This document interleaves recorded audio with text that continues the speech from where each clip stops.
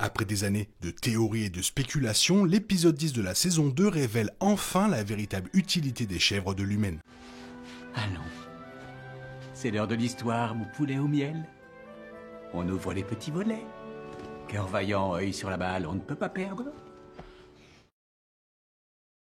L'idée de garder des chèvres à l'étage dissocié de l'humaine remonte à l'épisode 5 de la saison 1. Ellie et Mark, en explorant les lieux, ont découvert une pièce où un homme anonyme donnait du lait à des chevreaux. Avant leur départ, l'homme leur a mystérieusement confié que les chevreaux n'étaient pas prêts pour une fin inconnue. La fin de la saison 2 a enfin révélé cette utilité. Si la saison 1 n'a pas approfondi le mystère des chèvres, la saison 2 a brièvement approfondi ce que l'on sait de ce département. De nouveaux personnages ont été introduits dans l'épisode 3 de la saison 2, révélant le nom exact du département. Cependant, l'étrangeté du champ peuplé de chèvres et de ses employés n'a fait que soulever davantage de questions. Heureusement, le final de la saison 2 lève le voile, répond aux questions sur le rôle des chèvres et relie le tout à l'histoire cruciale du dossier Code Arbor.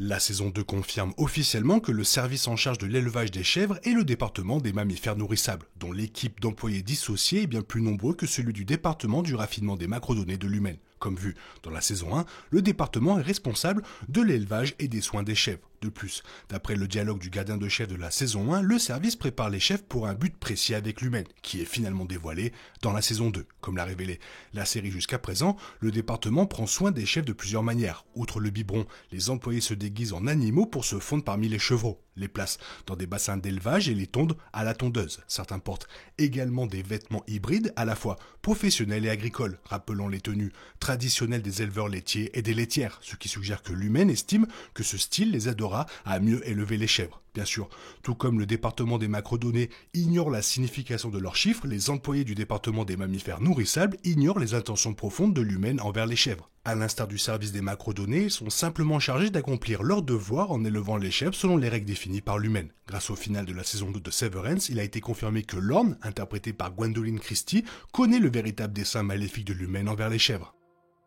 Malgré les innombrables théories élaborées depuis la saison 1 sur le département des chèvres de l'humaine, le véritable objectif est bien plus simple, mais aussi sombre qu'on ne le pensait. Dans le dernier épisode de la saison 2, Monsieur Drummond rencontre Lorne qui porte un chevreau en offrande. Ils entrent dans une pièce à l'étage des dissociés pendant que Gemma est testée à l'étage des tests et entame un rituel sacrificiel. Drummond déclare « Cette bête sera enterrée avec une femme chérie dont elle devra guider l'esprit jusqu'à la porte de Kyr. Est-elle à la hauteur ?» Ces mots interviennent après que Drummond demande si la chèvre a de la verve et de la ruse. La première signifiant vigueur, fougue et enthousiasme et la seconde désignant des méthodes pour manipuler quelqu'un afin qu'il obéisse à ses ordres. Drummond charge une arme et déclare « Nous confions cet animal à Kyr et à sa guerre éternelle contre la douleur. » Mais le sacrifice est interrompu par les tentatives de Mark de défoncer la porte d'une pièce. Tout cela en révèle plus que jamais sur le département des chèvres, reliant toute l'histoire à Gemma. Comme l'a révélé Madame Cobell dans la saison 2, Gemma devrait être tuée après l'achèvement de Cold Arbor. Les nombreux dossiers de Mark ont créé différents intérêts pour Gemma qui a simplement servi de cobaye à l'humaine pour vérifier la validité des barrières de la dissociation. Le sacrifice de Gemma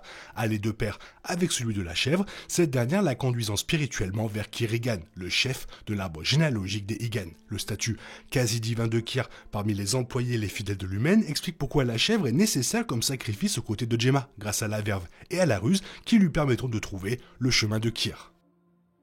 Quant à la nature sacrificielle des chèvres, elle découle du culte religieux de l'humaine et de la façon dont ces animaux sont liés à différentes pratiques religieuses du monde réel. Dans de nombreuses religions, les chèvres sont utilisées en sacrifice pour apaiser les divinités. Dans l'hindouisme, le sacrifice d'une chèvre blanche symbolise spécifiquement la purification et une signification spirituelle lors de certaines cérémonies. Dans le cas de Severance, la chèvre blanche, avec son enthousiasme et sa ruse, incarne la purification nécessaire pour guider Gemma vers Kyr, qui est un dieu à part entière pour ses fidèles. Certaines religions dépeignent également les chèvres comme des figures démoniaques ou sataniques capables de transporter les péchés d'autrui dans l'au-delà pour apaiser les divinités, ce qui pourrait expliquer un autre symbole des chèvres dans la série. Dans diverses mythologies, dont l'humaine est aussi profondément ancrée que dans la religion, les chèvres peuvent représenter des valeurs contradictoires, comme la fertilité, en lien avec la sale Code Arbor de Gemma, l'abondance, l'agressivité, des éléments plus sombres comme le chaos et le diable, mais aussi la chance. Ce conflit est probablement lié au désir de l'humaine d'exploiter les nombreuses humeurs de Kyr, ce qui explique le symbolisme de leur sacrifice.